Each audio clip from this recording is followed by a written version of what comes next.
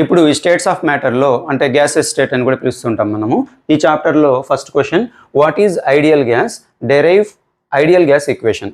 What is ideal gas, derive ideal gas equation and IGN రాశాను.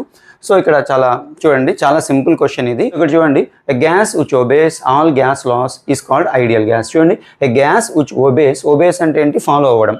ఎ gas which obeys all gas laws is called ideal gas. ఏ gas అయితే gas laws అన్నిటిని follow అవుతుందో, obey చేస్తుందో దాన్ని ideal gas అంటాం.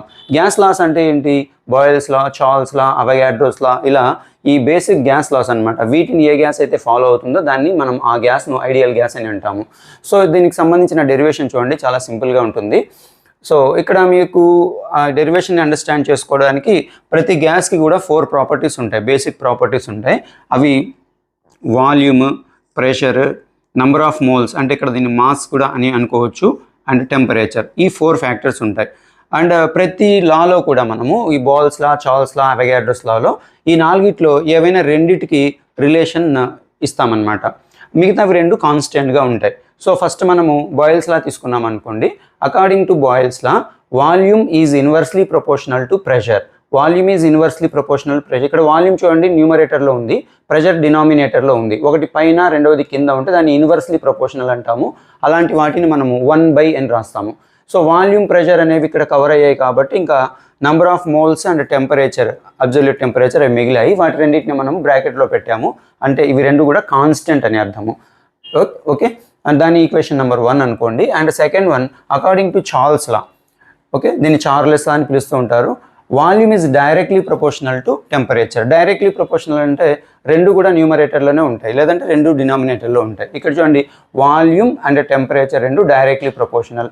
మిగతా 2 ఫ్యాక్టర్స్ ఏమున్నాయి, ఇంకా number of moles and pressure. ఈ రెండింటికి మధ్య రిలేషన్ చేసాం కాబట్టి number of moles and pressure కాన్స్టెంట్గా ఉంటాయి. And final one, according to Avogadro's law, volume is directly proportional to number of moles, right. So number of moles and volume 2 డైరెక్ట్లీ ప్రపోర్షనల్లో ఉంటాయి. మిగతా 2 ఫ్యాక్టర్స్ టెంపరేచర్ అండ్ ప్రెషర్. ఈ temperature and pressure కాన్స్టెంట్గా ఉంటుంది. దీన్ని ఈక్వేషన్ నెంబర్ 3 అనుకుంటాం. ఇలా 3 ఈక్వేషన్స్ ముందు రాసుకోవాలి. మీరు జస్ట్ ఈ పార్ట్ నేర్చుకుంటే చాలు. సో ఐడియల్ గ్యాస్ అంటే ఏంటి, gas which obeys all gas laws is called ideal gas. Next according to Boyle's law, ఇక్కడ చూడండి ప్రతి దాంట్లో కూడా వి అనేది కామన్గా ఉంది. అండ్ సెకండ్ పార్ట్లో ఇంకా మనకు మారింది ఏంటి, ఫస్ట్ బాయిల్స్లో అయితే 1/p, చార్ల్స్ లా అయితే T, అండ్ అవగాడ్రోస్ లా అయితే n రాస్తాం అంతే, 1/p Tn. అండ్ సో అలా వాటిని 3 ఈక్వేషన్స్ అని అనుకుంటే, తర్వాత ఫ్రమ్ ఈక్వేషన్స్ 1, 2 అండ్ 3, ఈ 3 ఈక్వేషన్స్ని మనం కంబైన్ చేసామనుకోండి, అప్పుడు అన్నిట్లో వాల్యూమ్ కామన్గా ఉంది కాబట్టి V రాసాము, ఈజ్ ప్రపోర్షనల్ టు. అండ్ ఇక్కడ చూడండి పైన న్యూమరేటర్లో ఏమేమి ఉన్నాయి, ఇక్కడ number of moles and temperature 2 పైన అంటే వాల్యూమ్కి డైరెక్ట్లీ ప్రపోర్షనల్గా ఉన్నాయి కాబట్టి ఈ రెండింటిని న్యూమరేటర్లో రాస్తాము. ప్రెషర్ 1/p కదా, అంటే డినామినేటర్లో కదా ప్రెషర్ రావాల్సింది, కాబట్టి n అండ్ tని న్యూమరేటర్లో రాసి ఈ ప్రెషర్ను డినామినేటర్లో రాస్తే ఈ 3 ఈక్వేషన్స్ని మనం కంబైన్ చేసినట్టు అనమాట. సో అప్పుడు V is proportional to NT/P అని రాస్తాం. నెక్స్ట్ ఇక్కడ ప్రపోర్షనాలిటీని మనం రిమూవ్ చేయాలి అంటే ఈజ్ ఈక్వల్ టు అనే సింబల్ని యూజ్ చేయాలంటే ఒక కాన్స్టెంట్ని యూజ్ చేయాలి. So V is equal to, ఇక్కడ n ఉంది, T ఉంది, P ఉంది. మనం అడిషనల్గా ఇక్కడ R కనబడుతుంది చూడండి. ఈ R అంటే గ్యాస్ కాన్స్టెంట్, అది లేదా ప్రపోర్షనాలిటీ కాన్స్టెంట్ అంటాము, లేదా యూనివర్సల్ గ్యాస్ కాన్స్టెంట్ అంటాము. చాలా ఇంపార్టెంట్ ఫ్యాక్టర్ అది. అది సపరేట్గా ఒక 2 మార్క్స్ క్వశ్చన్ కూడా ఉంది. What is universal gas constant and give it's values అని చెప్పేసి మీరు ఆల్రెడీ నేర్చుకున్నట్టు ఒకసారి చూడండి, ప్రీవియస్ ఎగ్జామ్స్లో అడుగున్నాడు. సో ఇక్కడ చూడండి, V is proportional to NT/P. ఈ ప్రపోర్షనాలిటీ తీసేసి ఈక్వల్ టు పెట్టాము, దానికి బదులు మనం ప్రపోర్షనాలిటీ కాన్స్టెంట్ క్యాపిటల్ Rని యూజ్ చేసాము, NTR/P. ఈ Pను డినామినేటర్లో ఉన్న Pను మనము లెఫ్ట్ సైడ్కి తీసుకువస్తే అది న్యూమరేటర్లోకి వస్తుంది. అప్పుడు ఇది PV is equal to NTR అవుతుంది. PV is equal to NTR. This is called ideal gas equation.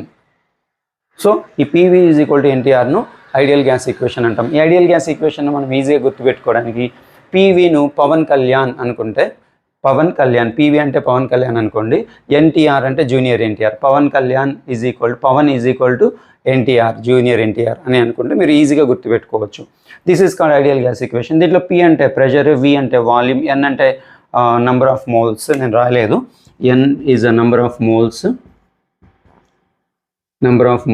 and T is absolute temperature, R is gas constant లేదా universal gas constant. That's all, చాలా simple. నేను మీకు explain చేయడానికి ఎంతైతే time తీసుకుందో మీరు నేర్చుకోవడానికి కూడా అంతే టైం తీసుకుంటుంది. This are very simple question from this chapter. I hope you understood, and we'll move to the next question. Next, second most important question and a very easiest question and only theoretical question. ikkada elanti equations formulas em undavu. Explain the kinetic molecular theory of gases. Explain the kinetic molecular theory of gases. Kinetic molecular theory, KMT అని కూడా సింపుల్గా పిలుస్తూ ఉంటారు. So దీంట్లో కొన్ని important points నాకు తెలిసి most of the students ఇవి నేర్చుకునే ఉంటారు. ఎవరు నేర్చుకోకుండా ఉంటే ఈ ఆన్సర్ మీకు యూస్ఫుల్ అవుతుంది. చాలా సింపుల్ మేనర్లో నేను పాయింట్స్ రాశాను. టోటల్ 8 పాయింట్స్ ఉన్నాయి. ఈ 8 పాయింట్స్లో first point and last point miss కాకుండా రాయండి. అండ్ లాస్ట్ పాయింట్ని ఇలాగా సపరేట్గా ఒక బాక్స్లో అలా మెన్షన్ చేయండి. నెక్స్ట్ చూడండి, ఆల్ గ్యాసెస్ కంటైన్, ఇక్కడ చూడండి ఇంపార్టెంట్ పాయింట్స్ అని రాసి, లేదా ఇంపార్టెంట్ పోస్టులేట్స్ అని ఉంటుంది. నేను దాన్ని సింపుల్ చేసి ఇంపార్టెంట్ పాయింట్స్ అని రాశాను. All gases contain very small molecules. అన్ని గ్యాసెస్లో చిన్న చిన్న మాలిక్యూల్స్ ఉంటాయి.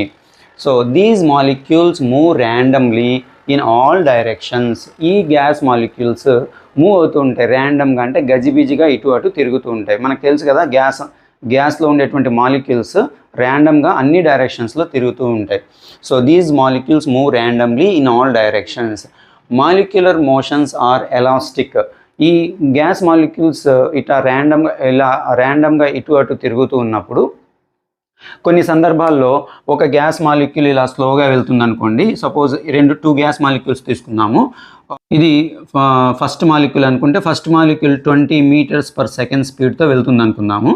Second molecule 40 metres per second స్పీడ్తో వెళ్తుంది. అంటే దీని యొక్క స్పీడ్ 40 మీటర్స్ పర్ సెకండ్. అయితే ఈ ఫస్ట్ మాలిక్యూల్ స్లోగా వెళ్తుంది కాబట్టి ఈ సెకండ్ మాలిక్యూల్ ఫాస్ట్గా వెళ్ళి దీన్ని కొలైడ్ చేస్తుంది. అప్పుడు ఏమవుతుంది, దీని స్పీడ్ ఇంక్రీజ్ అవుతుంది సెకండ్ టైం, అండ్ దీని స్పీడ్ తగ్గిపోతుంది. అప్పుడు after the collision the speed of the second molecule may become 20 metres per second and first molecule becomes 40 metres per second. అంటే ఒక స్లోగా వెళ్ళే మాలిక్యూల్ని ఫాస్ట్గా వెళ్ళేటువంటి మాలిక్యూల్ వెళ్ళి కొలైడ్ అయినప్పుడు ఆ స్లోగా వెళ్ళేటువంటి మాలిక్యూల్ యొక్క స్పీడ్ పెరుగుతుంది, ఫాస్ట్గా వెళ్ళేది దాని కొలిజన్ తర్వాత దాని యొక్క స్పీడ్ తగ్గిపోతుంది. అయితే ఇక్కడ ఓవరాల్గా చూస్తే మనము యావరేజ్ వెలాసిటీ అని తీసుకున్నాం అనుకోండి, ఇక్కడ 40 + 20 60/2 = 30. Average speed 30 meters per second. అలానే 20 + 40 ఇది కూడా 60/2 = 30 మీటర్స్ పర్ సెకండ్. అలా మనము యావరేజ్ స్పీడ్ అయితే కాన్స్టెంట్గా ఉంటుంది. అలాంటి వాటిని మనం ఎలాస్టిక్ అంటాం. ఎలాస్టిక్ అంటే ఓవరాల్గా ఎటువంటి చేంజ్ ఉండదు. సో అది చాలా simple point. Molecular motions are elastic అంటే దాని మీనింగ్ అది. Next, no gravitational effect on these motions. ఇప్పుడు గ్యాస్ మాలిక్యూల్స్ పైన గ్రావిటేషనల్ ఫోర్స్ ఆఫ్ అట్రాక్షన్ ఉండదు కదా. ఇప్పుడు ఇక్కడ గ్యాస్ మాలిక్యూల్స్ తిరుగుతున్నాయి, గ్యాస్ ఉంది, ఆక్సిజన్ గ్యాస్ ఉంది. ఈ ఆక్సిజన్ గ్యాస్ని గ్రావిటేషనల్ పుల్ అనేది, అంటే గ్రావిటేషనల్ ఫోర్స్ ఆఫ్ అట్రాక్షన్ అని దాని మీద పనిచేయదు. అలాగని పనిచేసే పని అయితే గ్యాస్ అంతా కూడా అర్త్ పైకి వచ్చేస్తుంది. అర్త్ సర్ఫేస్ మీదనే ఉంటుంది కానీ పైన అప్పర్ లేయర్స్లో ఉండదు. అప్పుడు చాలా డిఫికల్ట్ అవుతుంది. So there will be no gravitational effect on these molecular motions and no gravitational effect on these motions. Molecules collide with each other. Already చెప్పుకున్నాము, ఈ గ్యాస్ మాలిక్యూల్స్ ర్యాండమ్గా ఇటు అటు తిరుగుతూ ఉన్నప్పుడు వాటి మధ్య కొలిజన్స్ జరుగుతాయి. సో ఒకదానికి ఒకటి గుద్దుకుంటాయి. Collisions cause pressure. ఈ గ్యాస్ మాలిక్యూల్స్ ఒకదానితో ఒకటి కొలైడ్ అవ్వడం వలన ప్రెషర్ అనేది జనరేట్ అవుతుంది. ప్రెషర్ ఎలా జనరేట్ అవుతుంది అంటే ఈ గ్యాసియస్ మాలిక్యూల్స్ మధ్య జరిగేటువంటి కొలిజన్స్ వలన. And gases occupy all the volume. Suppose ఇప్పుడు మనం ఉండేటువంటి రూమ్లో కొంత గ్యాస్ ఉందనుకోండి, ఆ గ్యాస్ ఏమవుతుంది, ఆ రూమ్ అంతా ఆక్యుపై చేస్తుంది. ఆ ఎంటీ స్పేస్ ఎక్కడైతే ఉంటుందో మొత్తం స్పేస్ని ఆక్యుపై చేస్తుంది. So gases occupy all the volume. Next and final point, kinetic energy is directly proportional to absolute temperature. The average kinetic energy of gas molecules is directly proportional to absolute temperature అని ఉంటుంది. అది point వైజ్గా step వైజ్గా రాస్తే లెందీగా ఉంటుందని నేను just ఫార్ములాలో mention చేశాను. మీరు ఆల్రెడీ నేర్చుకొని ఉంటే మాత్రం దీన్ని కంప్లీట్గా రాయండి. The average kinetic energy of gas molecules is directly proportional to absolute temperature అని.